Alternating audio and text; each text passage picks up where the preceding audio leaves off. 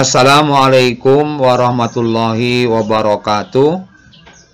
Selamat pagi anak-anakku sekalian. Alhamdulillah pada pagi hari ini kita dapat berjumpa kembali anak-anakku semua kelas 8, khususnya kelas 8-10. Kesempatan pagi hari ini kita akan kembali berjumpa di pembelajaran jarak jauh atau belajar dari rumah. Yang akan kita bahas pagi hari ini pokok bahasan pengembangan ekonomi maritim dan agrikultur di Indonesia. Jadi pokok bahasan kita pagi hari ini pengembangan ekonomi maritim dan agrikultur di Indonesia. Nah, sekalian, sebelum kita mulai belajar, mari kita berdoa menurut agama dan keyakinan masing-masing. Berdoa, kita mulai.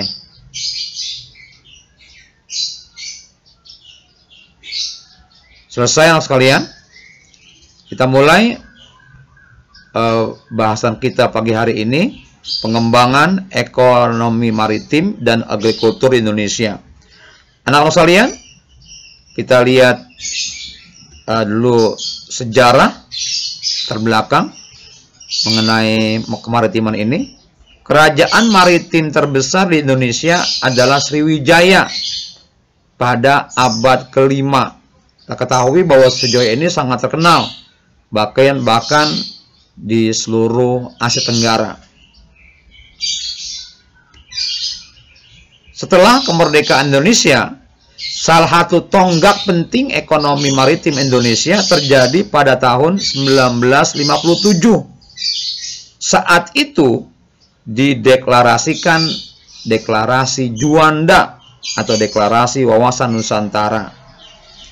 Maka diakuilah Indonesia itu sebagai negara maritim yang punya kawasan laut tertentu yang sudah diatur oleh undang-undang internasional. Itu pada tahun 1947 dengan Deklarasi Juanda, anak sekalian. Kita lanjut asalnya. Pengembangan ekonomi maritim di Indonesia atau Indonesia. Faktor penyebab keanekaragaman hayati laut di Indonesia. Yang pertama, Indonesia terletak di sekitar garis khatulistiwa. Ya, iklim kita tropis. Ya, ini yang pertama. Yang kedua, Indonesia terpulau, di mana antara pulau satu dan pulau lain dibatasi oleh laut, selat, mungkin juga sungai, hingga yang namanya hayati lautnya begitu banyak. Yang ketiga, Indonesia memiliki banyak gunung, baik di darat maupun di dasar laut. Yang keempat, Indonesia memiliki wilayah geologis tertentu yang beda dengan wilayah lain, karena memang begitulah posisi geografis negara kita, sehingga kita kaya akan hayati laut, anak-anak sekalian. Kita lanjut anak sekalian ya. Potensi maritim Indonesia tersebut antara lain, ini potensi ekonomi maritim Indonesia antara lain adanya perikanan. Yang kedua, para wisata bahari atau pariwisata kelautan. Yang ketiga, energi terbarukan laut. Yang keempat, transportasi laut. Yang kelima, minyak bumi dan gas lepas pantai. Yang keenam, industri dan jasa maritim. Ini adalah potensi ekonomi maritim Indonesia. Ada 6 poin sekalian ya. Kita lanjut. Pengembangan agrikultur Indonesia.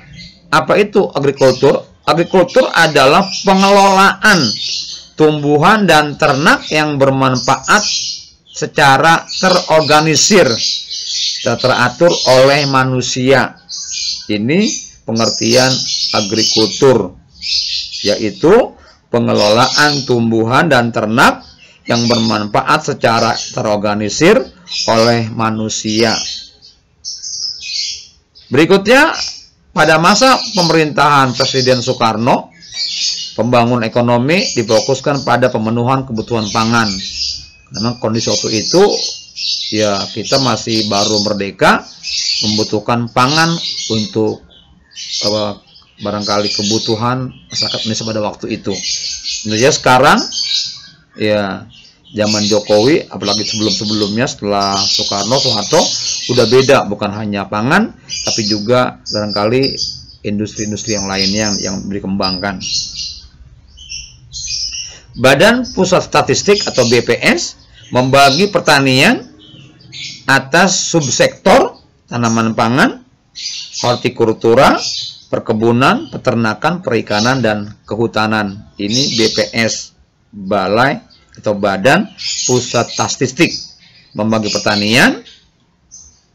Ya, pertama atas subsektor tanaman pangan, hortikultura, perkebunan, peternakan, perikanan, dan kehutanan, anak sekalian. Sampai sini saja. Berikutnya, anak sekalian, tugas. Ada 4 tugas esai yang harus kamu jawab di pokok bahasan hari ini. Yang pertama, sebutkan 4 faktor penyebab keanekaragaman hayati laut Indonesia. Yang kedua, sebutkan 6 potensi kemaritiman di Indonesia. Yang ketiga, apa yang dimaksud dengan agrikultural. Yang keempat, sebutkan pembagian atau subsektor pertanian menurut BPS, Balai Pusat Statistik atau Badan Pusat Statistik. Yang kalian ya, seperti biasa kamu jawab tugas ini. Setelah kamu selesai, kamu kirim ke WA Bapak, kamu japri. Sekalian, sampai sini saja PJJ atau BDB pada pagi hari ini, BDR pada hari ini.